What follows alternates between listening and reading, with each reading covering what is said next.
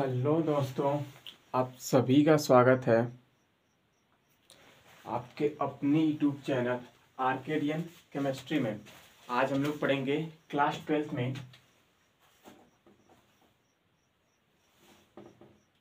का हमारे पास फिजिक्स है। ठीक है, ठीक है। हम फिजिक्स में हमारे पास क्या चला था, इम्पोर्टेंट सीरीज चल रही थी, जिसमें हम क्या करेंगे ना, डेली हमारे पास हर एक क्वेश्चन जो हमारे पास लॉन्ग में आता है, हमारे पास 4 या 5 मार्क्स का, उसको हम देखते थे। तो हमने इससे पहले बनाया अक्षी निरक्षी पे, ठीक है, और बलागुड़ बनाया है बहुत सारा। ठीक है, तो आज हम लोग पढ़ेंगे किरचॉफ का नियम। ये भी हमारे पास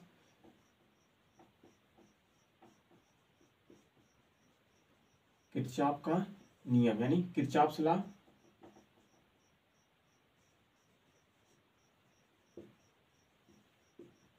बाइलिंगुअल रहेगा तो समझेंगे किरचॉफ का नियम क्या था।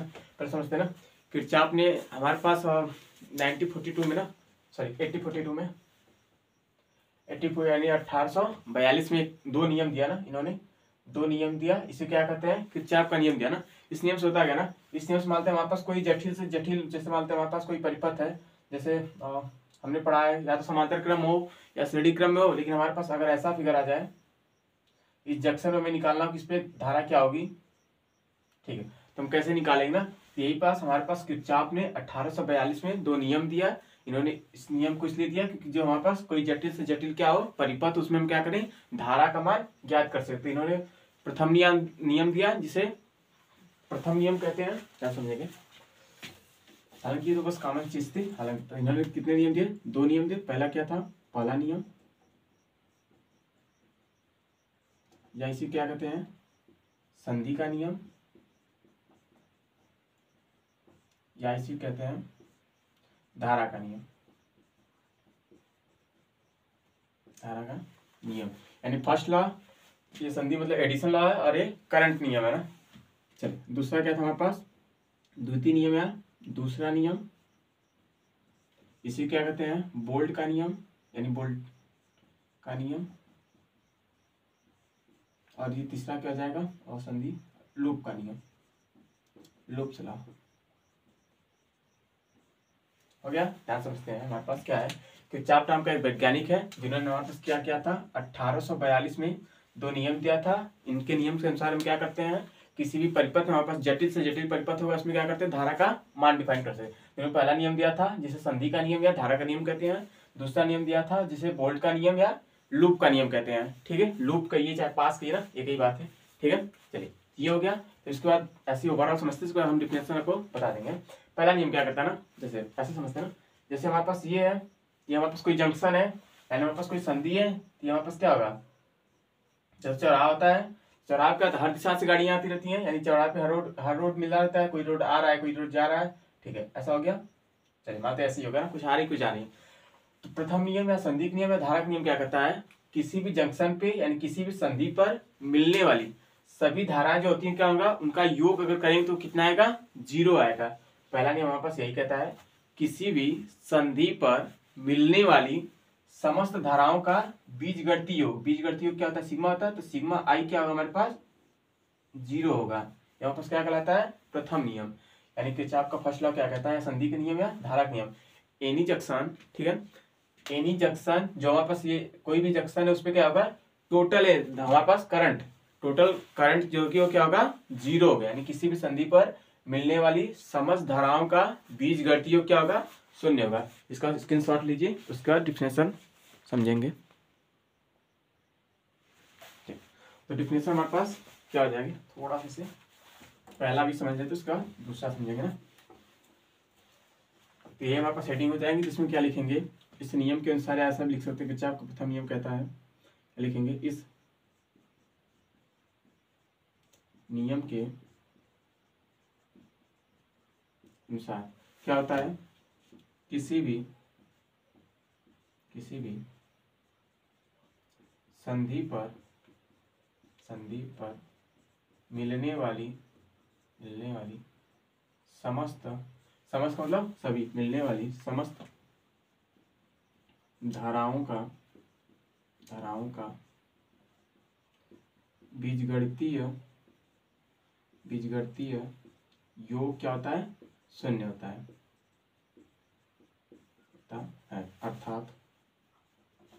अर्थात क्या लिखेंगे, सिग्मा आई इक्वल टू क्या आ जाएगा हमारे पास, 0। ये हमारे पास मेन है ना।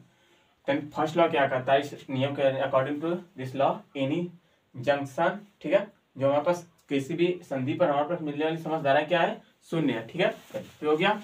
अब नोट करके क्या लिखे ना, थोड़ा सा ये समझते हैं, हालांकि क्लास 12 तक तो नहीं है, लेकिन फिर किसी भी चीज की आप किसी कॉम्पिटिटिव एग्जाम की तैयारी करें तो इसलिए नोट आता है। क्या लिखेंगे, यह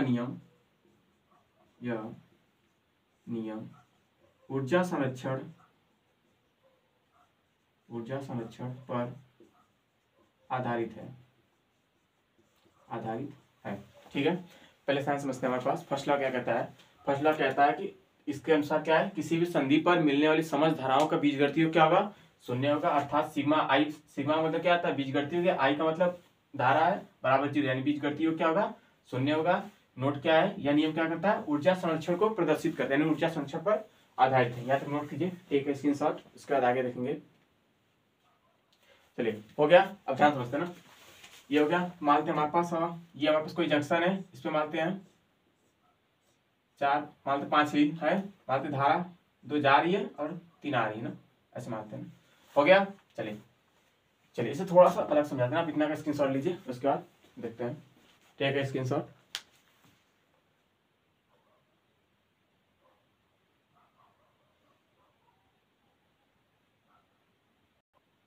चलिए देखिए इसमें क्या होता है ना, देखिए मानते हैं ये हमारे पास कोई जंक्शन है, इसमें हमारे पास मानते हैं धारा आ रही है, कई दिशाओं से आ रही है, मानते हैं ये 2 जा रही है और 2 आ रही है। चलिए हो गया।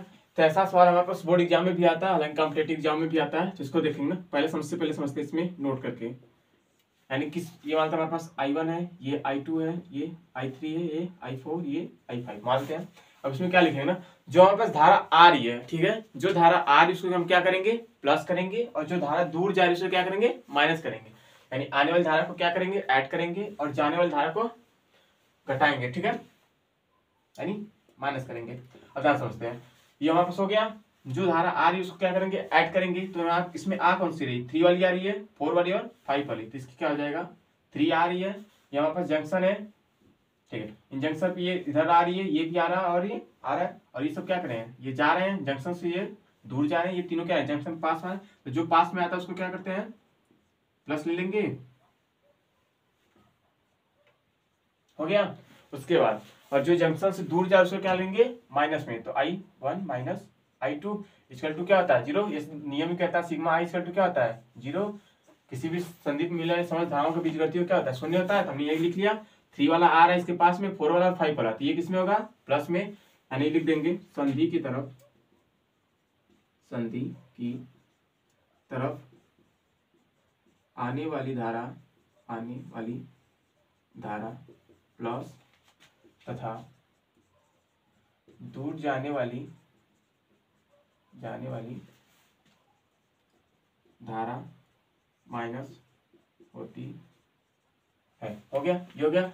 ये हमारे पास माइनस में उधर जाएगा तो प्लस में हो जाएगा, तो क्या आ जाएगा, I3 plus I4 plus I5 equal to क्या हो जाएगा, I1 प्लस I2। ये हमारे पास नियम होता है ना, ये हमारा निकालना होता है, इसीलिए हमें मिलता है मार्क्स, ठीक है। तो उम्मीद है कि आपको समझ में आएगा। हमारे पास ये पहला नियम है, इसी क्या कहते हैं, संधि का नियम या तो धारा का नियम। तो यह क्या होता है, इस नियम के अनुसार किसी भी संधि पर मिलने वाली समस्त धाराओं का बीजगणितीय क्या होता है, शून्य होता है। अर्थात सिग्मा इक्वल टू 0। ये हमारे पास नियम किस पे आधारित होता है, ऊर्जा संरक्षण के नियम पर, बेस्ड ऑन एनर्जी कंजर्वेशन, ठीक है। उसके बाद इसके हमारे पास ये है, ये हमारे पास कोई संधि है, यानी हमारे पास जंक्शन है, ठीक है। तो इन जंक्शन पे जितना भी धारा आएगी तो किसको क्या करेंगे, ऐड करेंगे, जितना दूर जाए उसको क्या करेंगे, सब्ट्रैक्ट करेंगे, ठीक है। यही लिखा गया, संधि की तरफ आने वाली समस्त धारा किस में लेंगे, प्लस में, और जो संधि से दूर जाए उसको क्या लेंगे, माइनस में। ये हमारे पास है इस फिगर के हिसाब से है, इसमें नाम तो कुछ भी लिख सकते हैं, बस आपको इतना रखना, जो पास में आए उसको क्या लेंगे, प्लस में, जो दूर जाए उसको माइनस में। इसका टू क्या आ जाएगा, 0। यहाँ से सिंप्लीफिकेशन किया गया, नोट कीजिए। एक स्क्रीनशॉट, ये हमारे पास खत्म हुआ। इसका एक क्वेश्चन के साथ समझते हैं। चलिए, ये हमारे पास न्यूमेरिकल है, इस न्यूमेरिकल की सहायता से हम क्या करेंगे, प्रथम नियम को एकदम कंप्लीट कर लेंगे, ठीक है। अब ध्यान समझते हैं, हमारे पास यहाँ पे मान निकालना है आई का। हमारे पास कई जंक्शन है जिसमें हमारे पास आई का मान दिया गया है, ठीक है, ये आई एम्पियर हुआ ना, ठीक है। अब ध्यान समझते हैं, हमें पढ़ाया गया है, यानी हमने पढ़ा क्या पढ़ा है कि जो हमारे पास जो पास में आएगा उसे क्या करेंगे, प्लस में ऐड करेंगे। अब देखिए हमें निकालना क्या है, यहाँ पे आना में इधर से ही है, यहाँ पे आना है, इधर से हम आ रहे हैं, ये भी हमारे पास क्या आ रहा है, तीर इधर ही लगी, यानी इधर ही आ रहे हैं, ये भी क्या करे इधर ही आ रहे हैं, यानी ये दोनों क्या होंगे, प्लस होंगे, ये दोनों क्या हो जाएंगे, 3 2 5 हो जाएगा। उसके बाद इधर आएंगे, यहाँ पे इन जंक्शन पे रुकेंगे, तीन जंक्शन क्या हो, ये दूर जा रहा है, तो ये दूर जा, जो दूर जाता है वो क्या हो जाता है, माइनस होता है। तो हमारे पास कितना आता है, 5 है, 5 में से 2 क्या हो गया, निकल गया, बचा कितना हमारे पास 3। और ये देखिए ये तीर इसी के अंदर है, वो भी क्या हमारे पास आ रहा है, तो 3 यहाँ से बचा था, 3 यहाँ से, यानी 3 और 3 कितना हो जाएगा 6, यानी इसमें कितना आएगा 6। याद दो, ऐसे नहीं करके आप इसका क्या कर देंगे, मान दे देंगे ना। मानते इसको हम I1 मानते हैं, इसको I2, इसको I3, इसको I4 हो गया। तो हम पढ़ेंगे क्या, जो आएगा उसको क्या लेंगे प्लस में, तो क्या आ जाएगा I1 प्लस होगा, I2 भी प्लस होगा, क्योंकि ये दोनों क्या कर रहे हैं, जा रहे हैं, ये I3 क्या दूर जा रहा है, तो माइनस इसको लगा देंगे I3। और 4 वाला क्या, ये भी प्लस में है क्योंकि उसकी तरफ जा रहा है, तो I4 इक्वल टू क्या हो जाएगा 0 हो गया। अब I1 का मान कितना हमारे पास 2, प्लस I2 का मान कितना हमारे पास 3, माइनस है, माइनस I3 का मान कितना है 2 सॉरी ये प्लस प्लस में आएगा क्योंकि ये भी दूर ही जा रहा है, उसके पास ही जा रहा है, तो प्लस किसमें आएगा 3 में इक्वल टू 0, तो ये इससे कट जाएगा, कितना बचेगा 6 इक्वल टू 0। तो ये हमारे पास इसी मान निकालना है, तो ये किसके बराबर आ जाएगा, आई के बराबर, यानी आई का कितना मान होगा 6 एम्पियर। आई होप आपको समझ में आएगा। बस आपको इतना ही ध्यान रखना है, जो संधि की तरफ मर्ज हुए यानी जो मिलेंगे सब किसमें होंगे, प्लस में, जो दूर जाएंगे यानी बिखरेंगे, हमसे दूर जाएंगे तो माइनस में होंगे, तो दूर जाएंगे तो माइनस में, पास आएंगे तो प्लस में, पास आएंगे तो जनसंख्या बढ़ेगी। उम्मीद है आपने नोट कर लिया होगा। अब पढ़ेंगे हमारे पास किरचॉफ का दूसरा नियम, तो वो क्या कहता है, चल देखते हैं ध्यान से। यानी सेकेंड लॉ क्या आ जाएगी, दूसरा नंबर क्या आ जाएगा, दूसरा नियम, इसे क्या कहते हैं पास का नियम। पास नियम के चाहे बोल्ट का नियम एक ही बात है ना, या बोल्ट का नियम।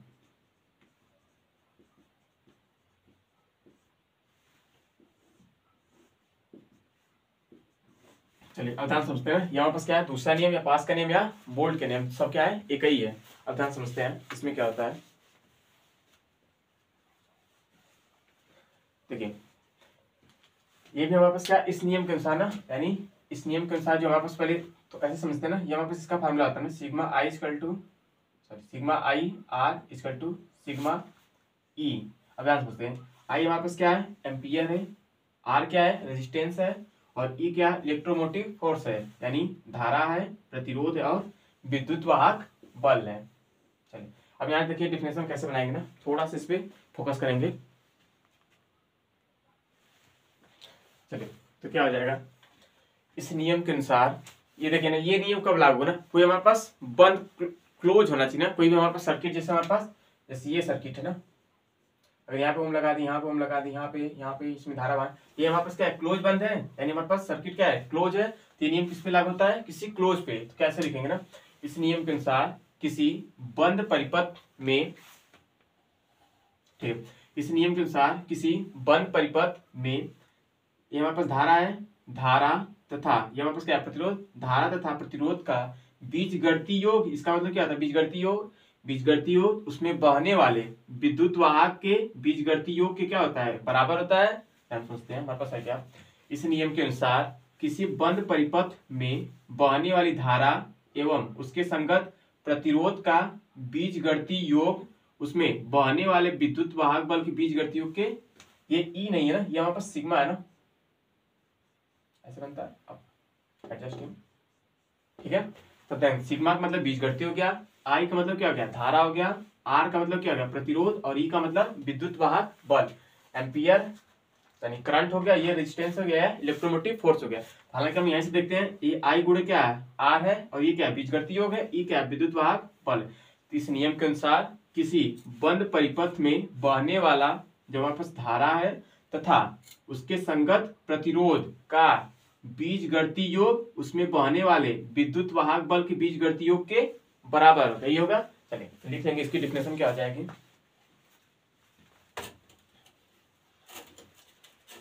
क्या लिखेंगे, इस नियम के अनुसार किसी बंद परिपथ में बहने वाली धारा तथा उसके संगत प्रतिरोध के गुणनफल का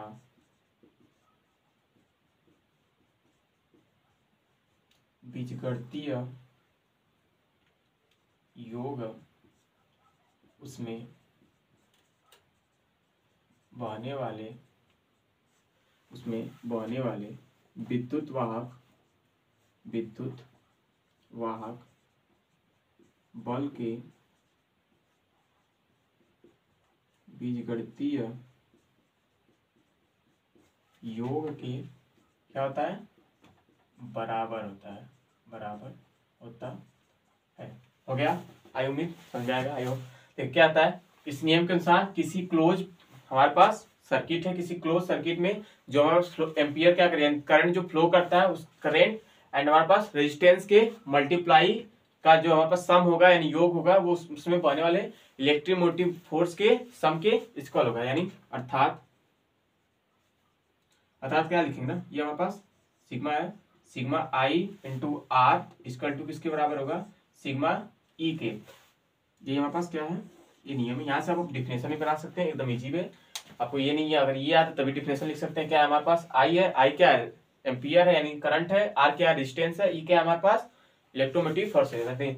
एनी क्लोज सर्कल हमारे पास किस में लगेगा, क्लोज सर्किट में लगेगा। एनी क्लोज सर्किट जो हमारे पास एम्पियर यानी करंट जो फ्लो करेगा वो किसका होगा, उसके संगत जो रेजिस्टेंस होगा उसका क्या होगा, टोटल यानी सम, उसमें बहने वाले यानी फ्लो करने वाले इलेक्ट्रोमोटिव फोर्स के सम के इक्वल यानी बराबर हो गया।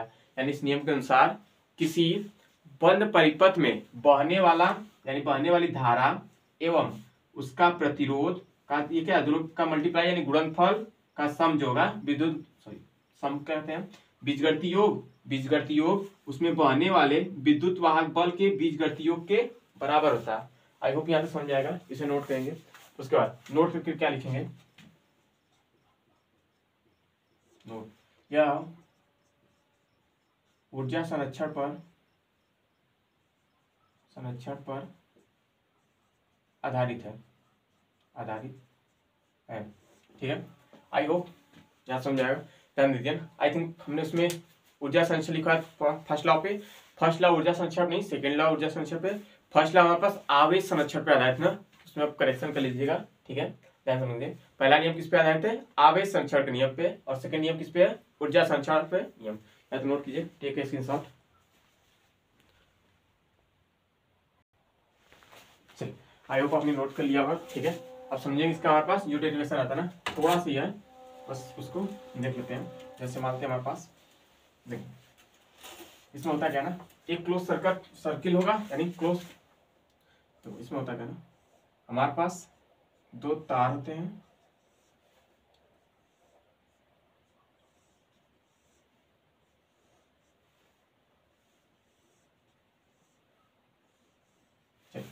मानते हैं हमारे पास बैटरी लगी तो E1 होगा, ये किसका होगा, P2 होगा। इसमें मानते R1 प्रतिरोध का है, ये R2 का है, ये R3 का है। अब ध्यान समझते हैं ना, इसमें हमारे पास है I1 इसमें है, तो इसमें से I1 धारा निकलेगी, इसमें से I2 धारा निकलेगी। अब ध्यान समझते हैं ना, इसका नाम दे देते हैं, जिसमें मानते A B C D E F हो गया। हमने अभी पढ़ा था यहाँ पास किसका नियम, पास का नियम, यानी हमारे पास लूप है, तो क्या लिखेंगे, देखिए इसमें दो लूप हमारे पास, एक ऐसे सर्कल में काम करेगा और ये वाला ऐसे करेगा। और ध्यान समझते हैं, इसमें हमारे पास दो लूप है। लूप का मतलब क्या था ना, जहां से हमने स्टार्ट किया है घूमते फिरते कहाँ जाए, उसी पे आ जाए। जैसे हमने अगर यहाँ से स्टार्ट किया तो घूमते फिरते कहाँ जाएंगे, उसी बिंदु तक आए, उसी क्या कहते हैं, बंद लूप यानी क्लोज सर्किट। अगर हम यहाँ से स्टार्ट करें तो घूमते घूमते क्या करेंगे, उसी पे आ जाए, उसी क्या कहेंगे, बंद लूप। यानी जहां से स्टार्ट किया है वहीं पे करेंगे तो उसे क्या कहेंगे, बंद लूप। तो क्या लिखेंगे, बंद लूप किसमें से लेंगे, ए बी ई एफ, फिर क्या आ जाए, ए पे आ जाए, तो क्या आ जाएगा, बंद लूप ए, ये ए हो गया, ये बी हो गया, ये ई हो गया, उसके बाद ये एफ, उसके बाद ये ए, हमने जहां से स्टार्ट किया वहीं पे आ गया, तो ये क्या आ गया बंद लूप। तो इसमें बंद loop A B E F A में हो गया। ध्यान सकते हैं। तो इसमें हमारे पास अगर हम इसमें देखें प्रतिरोध हमारे पास क्या है R1 है और धारा क्या है I1, तो क्या लिखेंगे I1 इंटू R1 माइनस, इसमें से हमारे पास क्या ये माइनस हो रहा है तो क्या आ जाएगा I2 into R2 equal to, और हमारे पास E1 है, E1 में से धारा हमारे पास घट रही है, E1 में से कौन सा घट रहा है E2, क्या लिखेंगे E1 माइनस E2। आई होप आपको समझ में आएगा। पहले ध्यान समझते हैं। हमारे पास एक सर्किट है यानी सर्कल है, सर्किट है, तो उसमें क्या है I1 धारा है और R1 धारा है, तो हमारे पास V बराबर अगर हम निकालेंगे तो क्या आ जाएगा I2 R, तो हमारे पास यही है, तो I1 का मान इंटू R1 का मान माइनस, इसमें से क्या करें इस वाले को माइनस करते हैं, तो I2 माइनस R2, तो इस बैटरी का मान में से माइनस होगा तो ये हो जाएगा, इसे क्या लिखेंगे समीकरण नंबर 1 हो गया। ठीक है, अब लिखेंगे ये तो हमारे पास क्लोज हो गया। अब इस वाले में आते हैं, तो क्या लिखेंगे बंद पास, अब कहां से बी से स्टार्ट करें तो क्या आएगा बी सी डी ई, फिर क्या आ जाएंगे बी पे, तो क्या आ जाएगा बी सी डी ई और बी में हो गया। तो इसमें हमारे पास ये वाला तो अब काउंट होगा नहीं क्योंकि हमने क्या किया बस यहाँ से हमने स्टार्ट किया, यहाँ से घूमते यहीं तक आ गए, तो इसमें हमारे पास एक ही है, तो क्या है I2 इंटू हमारे पास एक सेकेंड और क्या हमारे पास R2 हो गया। चलिए हालांकि मैं टोटल चलिए इसको इस्तेमाल करते हैं आपको समझ आ जाएगा। R1 है, ये भी क्या कर लेंगे R2 और इसको भी कर लेंगे R3। अब ध्यान से इसमें कुछ मेंशन था वो सही, ये I1 धारा इधर से आ रही है, ये I2 धारा इधर से आएगी, तो इसमें कितना आएगी I1 इधर से आ रही है I2 इधर से आ रही है, तो इसमें कितना आ जाएगी I1 प्लस I2 आएगी ना, टोटल आएगी ना, इसका आ रही है I1 इस वाले का आ रही है I2, दोनों इधर ही जा रही है, तो कितना हो जाएगा हमारे पास I1 प्लस I2। और ध्यान से इस वाले सर्किट में हमारे पास क्या है I2 इंटू R2 है माइनस, इस वाले से हमारे पास घट क्या रहा है, हमारे पास यही घट रहा है माइनस, क्या घट रहा है I1 प्लस I2 इंटू ये किस में जा रहा है R3 में, R3 में हो गया इक्वल टू बराबर हो गया। अब इसमें हमारे पास कौन सी बैटरी लगी है, इस अगर सर्किट में देखा जाए इस वाले में, तो इसमें हमारे पास सिर्फ एक ही बैटरी लगी है जिसका नाम क्या है हमारे पास E2, तो सी को यहाँ लिख लेते हैं, ये किसके बराबर होगा E2 की, ये समीकरण नंबर 2 हो गया। बस हमारे पास हो गया किरचॉफ का सेकेंड लॉ। ठीक है, ध्यान समझते हैं हमारे पास सेकेंड लॉ, इसमें ध्यान समझते फोकस करते हैं। हमारे पास हमारे पास 3 परिपथ है, जिसमें पहली बैटरी लगी E1 जिसका प्रतिरोध है R1, जिसमें धारा बह रही है I1, और दूसरी बैटरी जिसका नाम है E2 उसमें प्रतिरोध है R2 और धारा बह रही है I2। अब ये हमारे पास I1 है, ये हमारे पास I2 है, तो इसमें क्या बहेगी I1 प्लस I2 दोनों का योग हो जाएगा, ये हमारे पास प्रतिरोध क्या है R3। अगर बंद लूप इस वाले में देखेंगे, इस लूप में देखेंगे तो हमारे पास क्या है बंद लूप ABC, जो ये हमारे पास नाम है बंद लूप का मतलब जहां से हमने स्टार्ट किया और वहीं पे हमारे पास एंडिंग पॉइंट हो। ठीक है, इसमें हमारे पास क्या है I1 इंटू R1 माइनस, इसमें से क्या करें इस वाले घटाएंगे तो क्या हो जाएगा I2 इंटू R2 हो गया बराबर, इसमें हमारे पास क्या है दोनों बैटरी I1 में से क्या करेंगे I2 घटा देंगे तो E1 है, तो E1 माइनस E2 हो जाएगा, ये समीकरण नंबर 1 हो गया। अब बंद लूप इस वाले में देखेंगे, इस वाले में हमारे पास क्या एक ही प्रतिरोध है, क्या है R2 है, और धारा क्या एक ही है I2, तो I2 इंटू R2 माइनस, इसमें से जो इसमें आ रहा है वही घट जाएगा, तो I1 प्लस I2 घट जाएगा, किसमें जा रहा है I3 में। अब इसमें इसकल टू करके कौन सी इसमें बैटरी, सिर्फ हमारे पास इस बार तो हमने बंद लूप क्या लिया है ये लिया है, तो इसमें तो हमारे पास I1 आएगा नहीं, तो हमारे पास बस बैटरी कौन सी आएगी I2, इसी क्या आएगा समीकरण नंबर 2। यहाँ तक नोट कीजिए, take a screenshot. I hope आपको समझ में आएगा थोड़ा सा। चलिए थोड़ा सा रिकैप करते हैं। हमने पढ़ा किरचॉफ का नियम, किरचॉफ का नियम हमारे पास क्या है 1842 ईस्वी में किरचॉफ ने 2 नियम दिया, इन्होंने इसलिए दिया क्योंकि इससे क्या, अब ये देखो ये हमारे पास क्या है जटिल परिपथ है, जटिल परिपथ को हल किया जा सकता है।